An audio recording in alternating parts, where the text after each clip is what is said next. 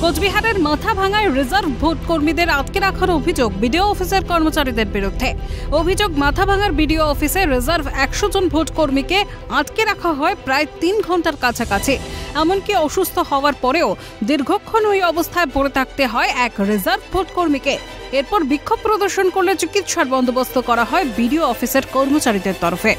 আমি যেটা বলতে পারি, 7:30টায় ওনারা বেরিয়েছেন, আমি নামলাম তখন সম্ভবত 10:30 মানে চিৎকার চেঁচামেচির পরে ওরা এসে তালা খুলে দিয়েছে। রিজার্ভ ভোট কর্মীদের খাদ্যের বন্দোবস্ত পর্যন্ত করা হয়নি এমন অভিযোগও রয়েছে। নেই পানীয় জলের সুব্যবস্থাও।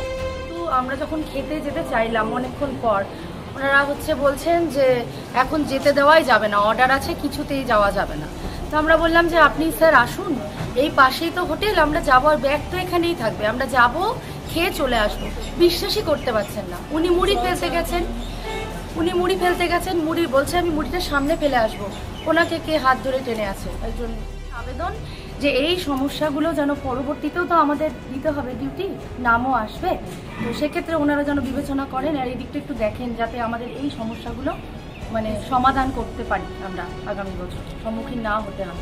কারণ মানসিক একটা যন্ত্রণা, তারপরে একটা শারীরিক ওভাবে না খেয়ে থাকা, সব কিছু মিলে কিন্তু মাথা কাজ করবে না যখন কাজ করতে যাব। এবার কাজ যদি ভুল হয়ে যায় তার কৈফিয়ত দিতে হবে। ঘণ্টা তিনেক তালাবন্ধ অবস্থায় পড়ে থাকার পর খোলা হয় বিডিও অফিসের দরজার তালা।